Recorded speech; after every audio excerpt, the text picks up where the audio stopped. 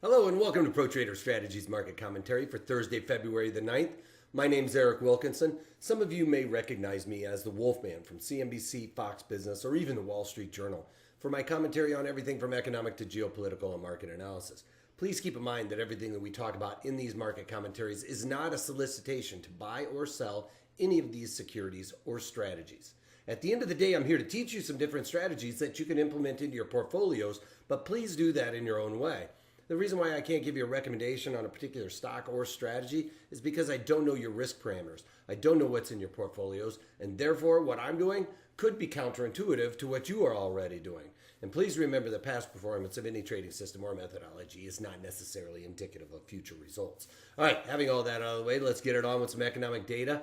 We got a Bank of England inflationary report. I'm not going to go into details about that, but they did mention that they may start to increase interest rates more rapidly than they had previously thought. They are only at 0.5%. We're at 1.25, or we're at 1.5%. They're just 0.5%. So they have some catching up to do.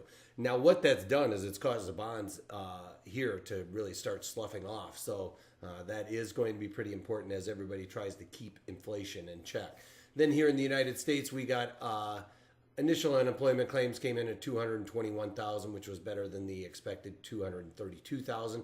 And we got natural gas storages coming in at a drawdown of 119 billion cubic feet, expected to be a drawdown of 116 billion cubic feet.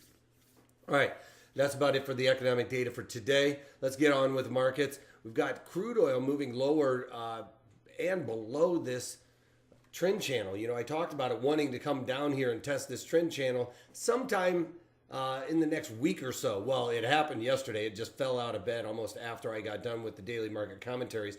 Came down, touched the trend channel here, the bottom of the trend channel. I thought it was going to act as support. Today it did act as support earlier on, so I actually started to cover some of my USO, which I'll talk about here in a little bit. But now it started to come off a lot. So, you know, I was really at a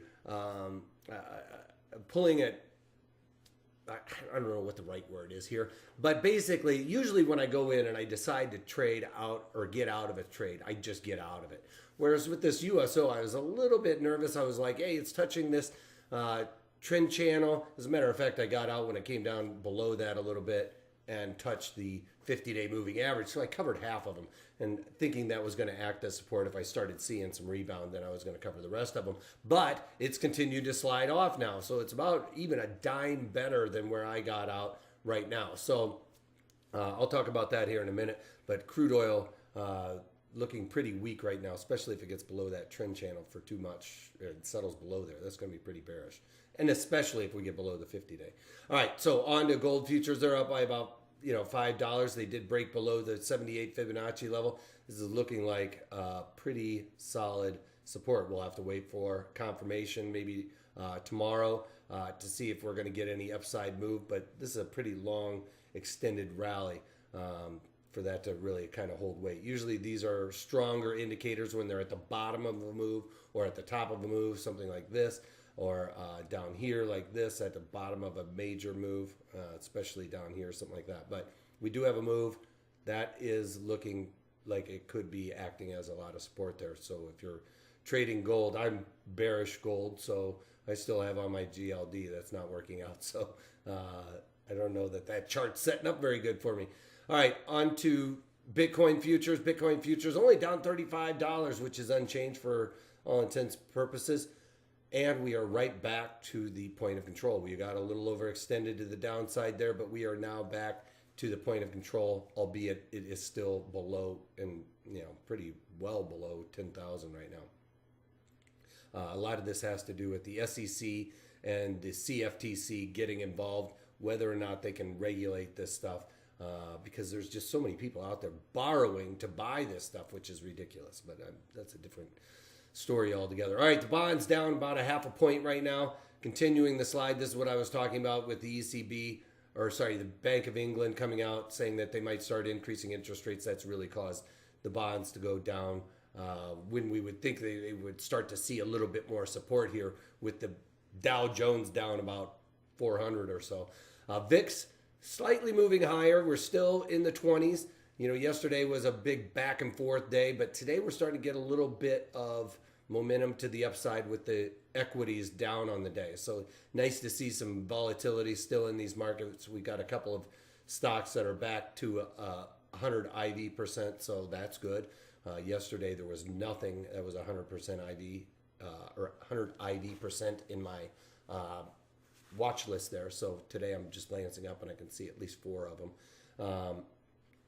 Now the Dow Jones off, like I said, it's only 300. When I started this, it was 400. So this market's really moving around. I mean, that's an 80-point difference, 90-point difference in a matter of, 5 minutes from me getting ready to start this to now that this rally has happened. So, lot of volatility in these markets, no doubt about it, which is great for traders as far as I'm concerned. All right, on to the NASDAQ. It's gotten below this trend line yesterday, or this trend channel, and the 50-day moving average, which was lining up lockstep with that for the most part. Got below that yesterday, both those two lines in the sand, and today starting to see a little bit more weakness to the downside as well. So we could really come back down here to want to test this value area high, because a lot of this volume on this down spike was very thin. So a lot of times we're going to want to fill that in, and the market may very well want to kind of retrace that a little bit. E-mini S&P is down about 15 points on the day. Everything negative. Nobody's happy besides gold bugs, I guess. And then E-mini S&P on the 30-minute breakdown, 15-day chart, down 15 points. You can see overnight was pretty quiet, and then right into the open, overall markets just started sliding. I was thinking they were going to get a little bit of upside, but not happening as of right now. The overall markets are continuing to slide. USO, all right, so this is the trade I was talking about. USO is the ETF for the oil fund, if you will, or an oil ETF. And, it runs pretty much in line with crude oil. Sometimes it's a little bit of a lagger, which I like the laggers actually. But you can see it's above its 50-day moving average at this point. So that is kind of holding as support. And with this USO trade, I went in there and I'm just double checking in my IRA and in my margin account what I have done in here for that. And the USO I originally put on, I bought some puts in there. It was a while ago. Basically back on January 5th, I went in there and bought some 12 puts in USO on the 25th, I believe it was. So right here actually it was on the 5th was the first time, January 5th. So right in here, I bought the 12 puts. So I bought the 12 puts in my margin account, and I bought those for 44 cents. And I did that as a small tranche on there.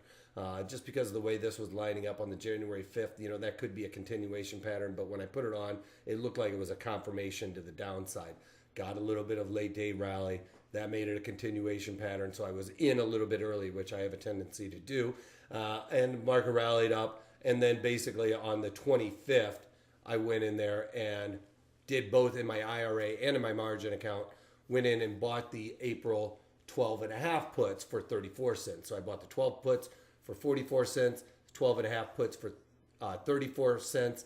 Today, we get this move. We are below that 12.5 strike. So that's my rule of thumb on these. When I buy these out of the money, market comes down and touches it, I beat the probabilities. That's usually when I'm looking to get out, and that's why I started trying to get out of these yesterday, but it didn't work out. So in the April 12.5 puts, I bought back, I was long those 12.5 puts that I bought at 34 cents in my margin account, sold those out for 65 cents, half my tranche out for 65 cents, still riding the other half.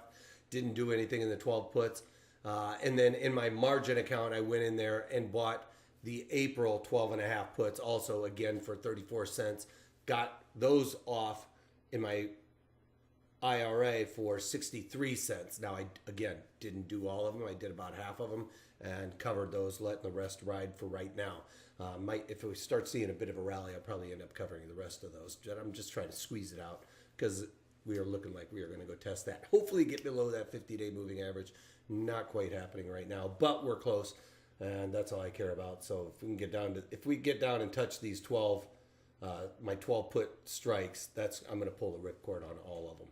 All right, and then on to let's see here, on to Gilead, something I added today. It's got really high implied volatility, as you can see, no earnings coming out. So I decided to dip my toes in the water there and throw on some short puts in there. So I went into the March, sold the 75 puts for 71 cents. So hopefully get a little bit of a bounce. It's continued to go down since I put those on, but I think that the market is ready for a move to the upside. They had a really good earnings call talking about setting some money aside for more R&D. Remember, that was one of the issues I had with them. So I think that they're going to be able to move higher with that. They had a lot of good things to say in their earnings call. Not really sure why they're coming off today, but bullish on Gilead. The other thing was there was my boys, Pete and John, were talking about unusual option activity in Gilead just slightly above here. I actually think what happened was somebody sold the calendar. They were saying somebody was just buying calls. Well, I think that what happened was they sold the calendar in there, and I believe it was like the 85 call calendar or something like that. So I decided with that high implied volatility, I'm not going to go out and buy calls. I'm just going to sell some puts to get that same market assumption in a sense. So that's why I did that. So into Gilead as well. And that's about it. Apache, APA. I'm trying to get out of some of these. Remember when I put this trade on, I did it as a short put spread. Took off the short puts when we got a bit of a rally. Now we've seen the market totally slough off, and I still have on the April 72.5 puts. This is that one whole mess up that I made where I went way out into the April, sold a put spread, got directionally correct with a little bit of volatility coming out, and was able to cover those short puts. I left on the calls because they were worthless. There's no sense in getting out of those when they're trading 2 and 3 cents. So I left those on and got the directional move. So that worked out great. One of the few times that really works out. Usually it doesn't work out, and I've gotten the directional move. So I'm trying to get out of those for about 30 cents right now. It was a little bit closer earlier this morning, but I think the continuation of this move will help me out, and I'm not going to try and make anything happen. It's free money at this point, the way I'm looking at it. So I'm going to let those ride out for a little bit longer. Got a couple working orders, but that's about it. Just a little bit of scaling going on just in case something crazy happens. All right, that's all I got for you guys today. Tomorrow's webinar is going to be on the synthetic short stock, so that might work out really well for something like Apache or some of these other ones, ExxonMobil, which I still have on and it continues to go down. But all of those, ExxonMobil, all of those are great candidates for synthetic short stock. It's basically like you are one-to-one short that stock, but you don't have all of the mess that goes into shorting a stock. All right, so check that out tomorrow. And if you can't take that, take it easy.